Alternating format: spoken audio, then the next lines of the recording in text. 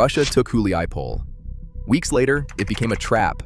Putin sat down with his general in the Kremlin and smiled. The cameras were rolling. The message was clear. Russia had taken Huliaipole. They had seized more than 210 square kilometers of Ukrainian territory since December. The general stood tall. Putin nodded.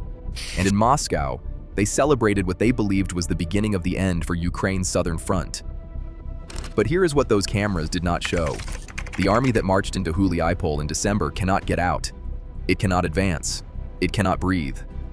And the city that Putin told his generals they would reach next, Zaporizhzhia, is further from Russian hands today than it was the day that meeting took place. This is not a minor frontline adjustment. This is the collapse of a plan that Russia spent more than a year building. And to see how it collapsed, you have to go back to where it started.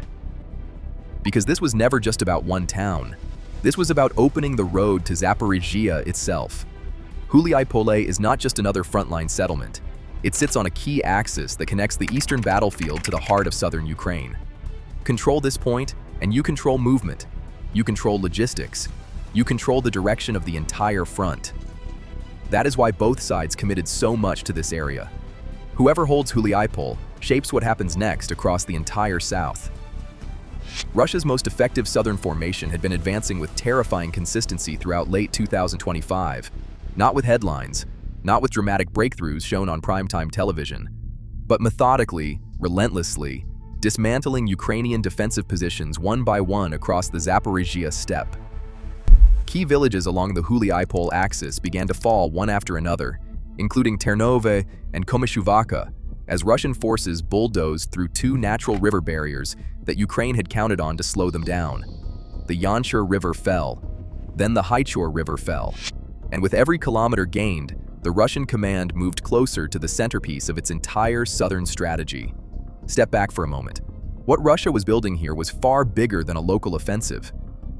This wasn't just a local push. This was the beginning of a strategic encirclement. Two forces moving toward each other, with one city caught in between. The plan was simple. Hit from the east, hit from the west, close the gap. Russian forces would advance toward Orikhiv, Ukraine's last major fortified stronghold in Zaporizhzhia Oblast, simultaneously from two directions, from the east through Huliaipole, and from the west through positions Russia already controlled.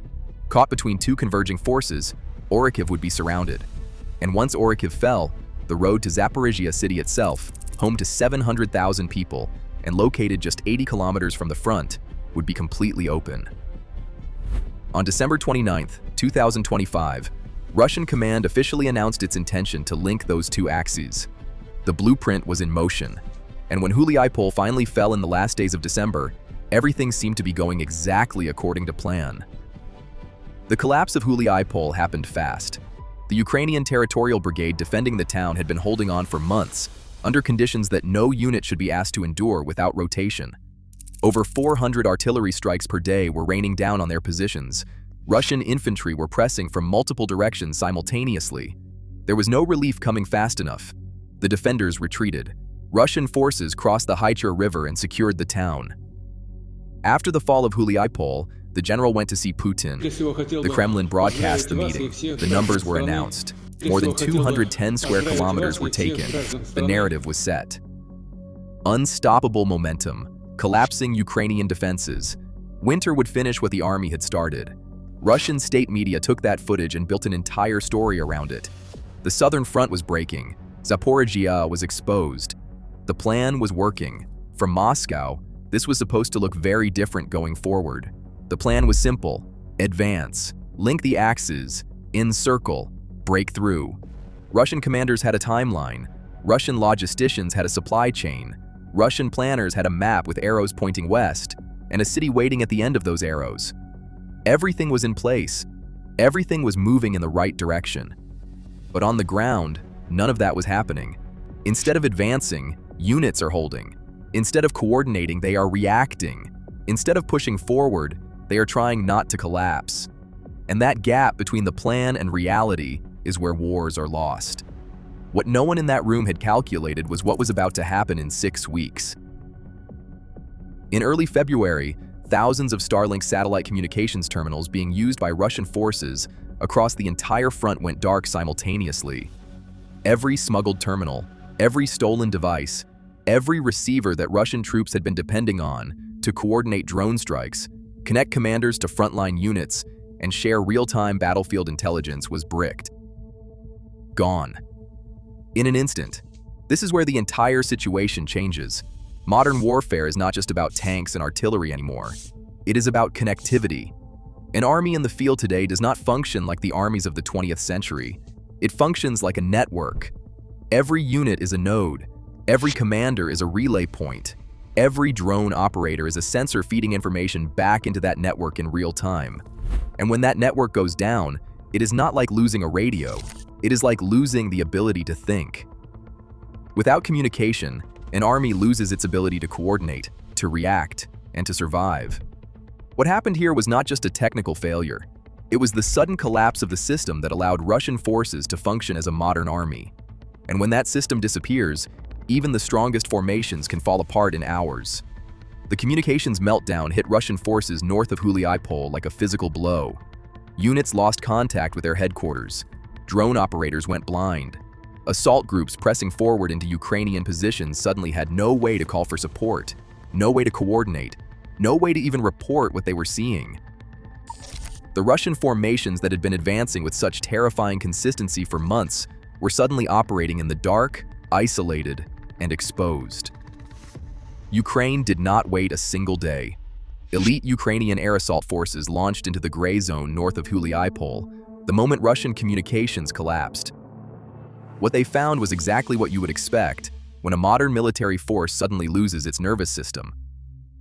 Russian infiltrators scattered across open terrain, cut off from their commanders, unable to call for drone support or artillery cover. The Ukrainians cleared them, systematically, and then, instead of simply holding what they had taken, they turned east and drove directly toward Russian positions that had been considered firmly controlled, deep behind what Moscow thought was a secured front line. Remember what was at stake here: a city of 700,000 people, a nuclear power plant, the entire southern axis of the war, and now Ukrainian assault units were pushing not just into the gray zone, but into the Russian rear, threatening the main supply road that fed the entire Russian southern grouping. Ukrainian forces reclaimed more than 400 square kilometers in a single month. 4 months of Russian advance, erased in just 3 weeks. But here is the part that matters most for understanding where things stand right now. Because the territory recaptured is only half the story. Step back again. Look at what has actually happened to the Russian plan. The Russian command had been counting on a gradual, coordinated advance around Huliaipole that would complement attacks near Orikhiv, allowing both axes to converge on the city from east and west simultaneously. That plan required momentum. That plan required communications. That plan required the northern flank around Huliaipole to remain secure while the main push continued westward. All 3 of those requirements have now been destroyed. North of Huliaipole, the Russian formation that had been pressing towards Zaporizhzhia for months is now fighting defensively on ground it believed was secured. Ukrainian forces advanced to within mortar range of a key Russian forward base, sitting just 14 kilometers north of the city. The formation did not just stall. In places, it actually fell back, something that seemed unthinkable given the momentum it had carried throughout the autumn and winter. And inside Huliaipole itself, the Russian force holding the town cannot advance either. Elite Ukrainian assault units have held every Russian attack launched against their positions. On a single day in late February, Russian forces launched 37 separate attacks along this section of the front. Not one broke through. The commander of one of the Ukrainian assault regiments involved confirmed it directly. Before the counterattack began, Russian forces had been actively regrouping and moving in reserves, preparing for a renewed push westward. Those preparations, in his words, have been completely wrecked. The reason the Russians inside Huliaipole are frozen is the same reason the Russian forces to the north have been pushed onto the defensive. Their communications remain compromised. Their right flank is under active assault.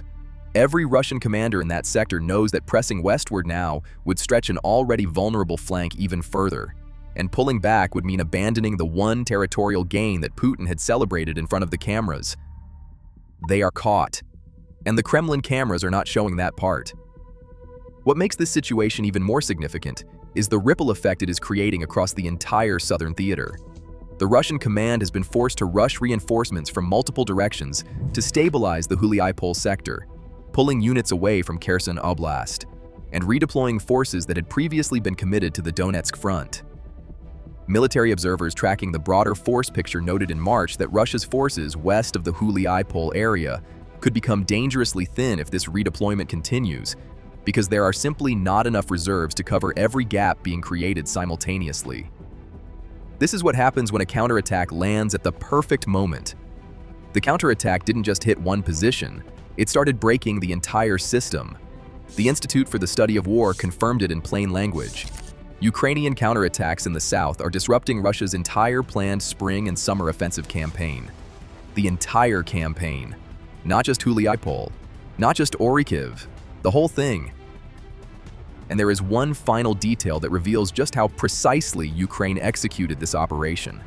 The commander of the assault regiment that led much of the Huliaipole counterattack gave an interview in which he explained something that the battle maps alone cannot show. They waited for the ground to freeze, and when it did, they moved. The Starlink blackout provided the communications disruption. The frozen ground provided the terrain. Ukraine had both conditions open simultaneously for a narrow window, and hit within that window with everything it had available. That window has now closed. When the sky clears, the drones take over. Neither side can move effectively without catastrophic losses. The fighting around Huliaipole has entered what analysts are calling a positional phase. Neither side is making dramatic gains. Both sides are grinding through daily casualties in conditions that favor whoever holds the stronger defensive position. And that is precisely the point. Because 3 months ago, Russia held the stronger position. Russia had the momentum. Russia was choosing where and when to strike. Today, Ukraine holds the initiative. Russia is reacting. Russia is rushing reserves from one crisis to another. Russia is defending ground it thought was behind the front line. Russia is watching Ukrainian assault groups that have pushed deep into what it considered secured rear areas and trying to calculate where the next move will come from. This is how wars turn, not in a single moment, but piece by piece. Putin's grand design for the south, the linked axes, the encirclement of Orikhiv, the open road to Zaporizhzhia city, was built on assumptions that turned out to be wrong. It assumed the momentum of late 2025 would carry uninterrupted into spring. It assumed that a simultaneous Starlink blackout across the entire front was impossible. It assumed that worn-down Ukrainian territorial units could not be rapidly replaced by elite forces capable of launching a coordinated counterattack within days of the communications collapse. Every single one of those assumptions was wrong. And now the formation that dismantled Ukrainian stronghold after Ukrainian stronghold across the steppe, in what looked like an unstoppable march, sits trapped inside a city it cannot use and cannot leave. The road to Zaporizhzhia that Putin's general described as opening is not open. It is blocked. And the army that was supposed to be marching down it is standing still, looking over its shoulder, wondering which direction the next Ukrainian attack will come from. It is not safe, but it is no longer collapsing, and that changes everything. Don't forget to share your thoughts in the comments. We look forward to seeing you in our next analysis, where we continue tracking every shift on the front lines of this war. Presented by Geopolitics Brief.